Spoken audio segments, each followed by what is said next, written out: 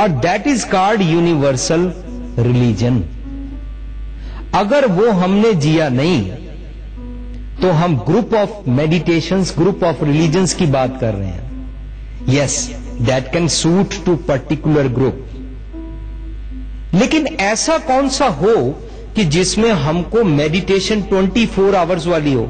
फर्ज करो लोग बोलते हैं कि मेडिटेट करने से भगवान को मिल जाएंगे, तो मेडिटेट अगर सारे करने लगे तो काम कौन करेगा?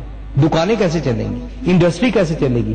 कई लोग तो ऐसे हैं जो सोचते हैं कि हम अगर सैटरडे को काम करेंगे तो शायद भगवान के लॉ को हमने तोड़ दिया, इसलिए वो सैटरडे को काम नहीं करते हैं। लेकिन उनसे पूछे कोई, सैटरडे को अपने बच्चे को दूध तो पिलाते हो? सैटरडे को दुकान तो खोलते हो? सैटरडे को अगर तुम्हारा बच्चा बीमार हो जाए डॉक्टर के पास जाते हो? और अगर तुम्हारे को कोई इमरजेंसी पड़ जाए और डॉक्टर के पास जाओ और डॉक्टर बोले आज तो सैटरडे है। हम समझने की कोशिश कर रहे हैं कि वो कौन सा रिलीजन है जो हमको 24 hours 7 days 365 days a year और सारी उम्र के लिए मेडिटेशन में रख सकता है। वो कौन सा है? उसको समझने के लिए हमको पहले चाहिए कि पहले हम समझें कि क्या मायक पदार्थों से अलग बैठकर कुछ मेडिटेशन है। गुरु साहब तो बोलते हैं अछल छलाई ना छलै। लोग समझते हैं कि ये माया ने इंसान को लूटा हुआ है, इसलिए इस माया से अलग बैठकर मेडिटेशन होगी। पर गुरुजी बोलते हैं दुनिया समझती थी कि इस माया के ऊपर कोई कटारा नहीं चला सकता, कोई वेपन नहीं चला सकता और इसको कोई ठग नहीं सकता। तो गुरुजी बोलते हैं दुनिया समझती है कि अछल छलाई ना छलै, ना घाव कटारा कर सके। पर गुरुजी बोलते हैं नहीं, अगर ये भगवान ने बनाई है, ज्यों साहिब राखा त्यों रहा। जैसे भगवान ने बनाई है इसको एज इट इज अगर एक्सेप्ट कर लें, ज्यों साहिब राखा त्यों रह। जैसे हम समझते हैं ना, जैसे जल में कमल नरालम मुर्गाई में साण है, तो ऐसे जैसे भगवान ने ये सब कुछ बनाया है, अगर इसको एज इट इज एक्सेप्ट कर लें तो मालूम होगा इसका कोई कसूर नहीं था, देखने वाले का, एंजॉय करने वाले का कसूर था। कैसे बोलते हैं आगे, अछल छलाई ना छलै, न काओ कटारा कर सके, जो साहिब राखे त्यों रहे, इस लोभी का जियो टल पल है।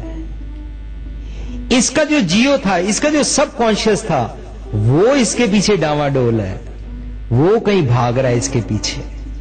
जैसे आप सबने ये व्यंग सुना होगा कि एक इंसान गाय को पकड़ के जा रहा है, तो कुछ लोग फकीर के साथ जा रहे हैं। वो फकीर को पूछते हैं कि आप तो बोलते हैं कि इंसान माया के साथ बंधा हुआ है, अब बताओ ये गाय के साथ बंधा हुआ है कि इसने गाय की रस्सी पकड़ी हुई है, तो गाय इसके साथ बंधी है ना? फकीर ने बोला यस, आप ठीक बोल रहे हैं कि गाय की रस्सी इसने पकड़ी हुई है, इसलिए ये माया के साथ गाय के साथ नहीं बंधा हुआ। तो फकीर ने बोला अच्छा, अब इसकी रस्सी को काट के देखो। जैसे ही उन्होंने रस्सी को काटा और गाय उल्टी तरफ भागने लगी, तो ये इंसान उसके पीछे भागने लगा। तो फकीर बोलता है तुमको ये रस्सी तो दिखाई दे रही है जिससे उसने गाय को बांधा था, लेकिन वो रस्सी जो कट गई है और बिना बंधी हुई रस्सी के अब ये जो गाय के पीछे भाग रहा है, वो जो सूक्ष्म माया तुमको नजर नहीं आ रही है। That is one has to understand कि हम माया के पीछे बंधे हुए हैं, कि माया हमको लूट रही है, माया हमको नहीं लूट सकती है। कई बोलते हैं हम बड़े साधु सन्यासी हैं, हमारे डेरे पे पैसे नहीं आ सकते हैं, हम तो माया को हाथ नहीं लगाते हैं। अरे माया को हाथ नहीं लगाते हैं तो माया से जो चीजें खरीदी हैं उसको यूज क्यों करते हैं? माया से जो बीज खरीदा गया और धरती पे बोया गया, उस फल को क्यों खाते हैं? उस अनाज क्यों खाते हैं? माया से जो कपड़े खरीदे गए उनको पहनते क्यों हैं? माया से जो कार खरीदी गई और जहाज की टिकट तुम्हारे चेलों ने तुमको लाके दी, उस पर चढ़ते क्यों हैं? माया से जो डॉक्टर को फीस दी गई और तुम्हारे हार्ट की बाईपास किया गया, दुनिया को तो तुमने जादू टूने और इलायची से बाईपास ठीक कराने की गेम चला दी और अपने लिए तुम ऑस्ट्रेलिया जाके बाईपास कराए। उस माया को तुमने हाथ नहीं लगाया, दुनिया को ठगते हो।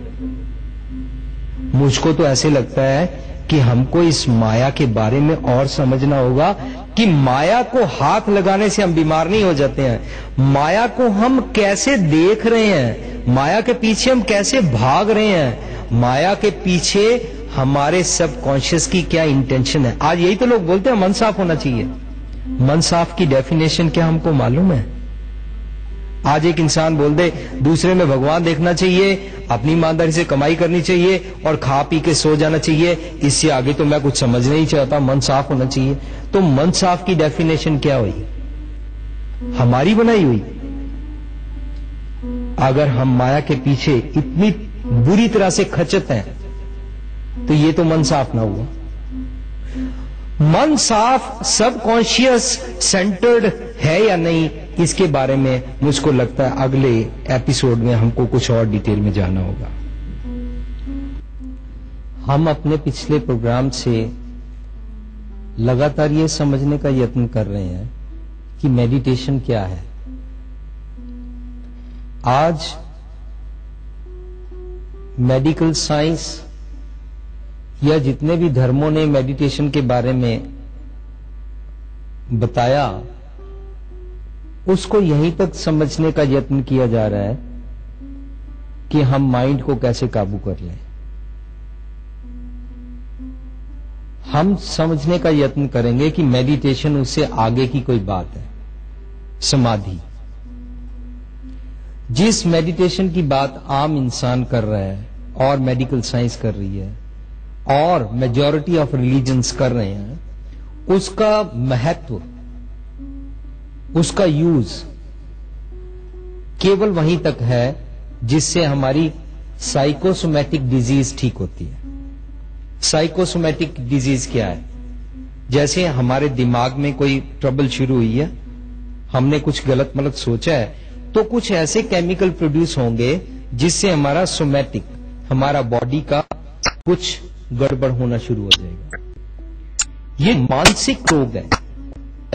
मानसिक रोग से छुटकारा पाने के लिए मेडिटेशन इज ओके। कौन सी मेडिटेशन? जिसका आज बोलबाला है। लेकिन साइकोसोमैटिक डिजीज से अगर हम छूट जाएं तो उसके आगे एक और डिजीज है। क्या? वी आर बीइंग मैन्यूवर्ड बाई काम, क्रोध, लोभ, मोह, अहंकार, जिसको हम सादे लफ्जों में विकार बोलते हैं। और अगर हम विकारों से छूटना चाहते हैं तो हमको ट्रू रिलीजन का सहारा लेना पड़ेगा, सच्चे धर्म का सहारा लेना पड़ेगा। वो सच्चे धर्म की जो मेडिटेशन है, जो सदीवी है, जो हमेशा के लिए समाधि है, उसके बारे में हम कुछ समझ रहे हैं। देयर इज नो डाउट कि अगर हम किसी के बारे में कुछ बुरा सोच रहे हैं तो हमारी बॉडी के अंदर कुछ केमिकल्स प्रोड्यूस होंगे, तो वो जो केमिकल प्रोड्यूस होंगे वो डिस्ट्रक्टिव होंगे। इसीलिए तो कहते हैं कि meditation is an effort towards construction and destroying destruction. लेकिन इसको हम स्पिरिचुअलिटी नहीं कह सकते, इसको हम भगवान से मिलन नहीं कह सकते। बार बार भगवान से मिलन का जिक्र क्यों आ रहा है? क्योंकि उससे नीचे बात पूरी बनती नहीं है। जब तक हम उस हाइट को अटेन ना कर लें, और उस हाइट को अटेन करने को तो धर्म कहते हैं। जब भी धर्म की बात होगी तो भगवान जी साथ जुड़ के आ जाएंगे, और जब भी भगवान जी की बात होगी तो ट्रू रिलीजन साथ में जुड़ के आ जाएगा। इसलिए उसकी बात को हम छोड़ नहीं सकते हैं। आज मान लिया अगर कोई रूलर है और उसने अपने साथ ट्रू रिलीजन नहीं रखा हुआ, तो ये तो हो सकता है कि वो अपने देश को अपनी मर्जी के अनुसार ठीक चला ले, लेकिन इंसानियत की कसौटी पे, क्योंकि इंसानियत के ऊपर कौन है? इंसानियत का माई बाप कौन है? भगवान जी। तौल धर्म, दया का पूत, संतोख थाप रखिया जिनसूत धर्म। भगवान जी इंसानियत के ऊपर बैठे हुए हैं, और अगर वो फंडा फुलफिल नहीं हुआ तो राज तो चल सकता है। किसी ऑफिस का लॉ सख्त एडमिनिस्ट्रेशन के अनुसार डिसिप्लिन में तो चल सकता है, लेकिन देखना होगा उसमें कहीं इंसानियत का गला तो नहीं घुट रहा। गुरु नानक जी बोलते हैं उसको, मलक भागो को, कि मैंने तेरा खाना इसलिए पसंद नहीं किया कि तेरे पास चाहे पैसे तो ज्यादा हैं पर इसमें इंसानियत का गला घुटा हुआ है। लोग समझते हैं कि शायद गुरु नानक जी ने मलक भागों की पूड़ी को निचोड़ा और उसमें से खून निकल आया। नहीं, ये तो पता नहीं ऐसे हुआ कि नहीं हुआ।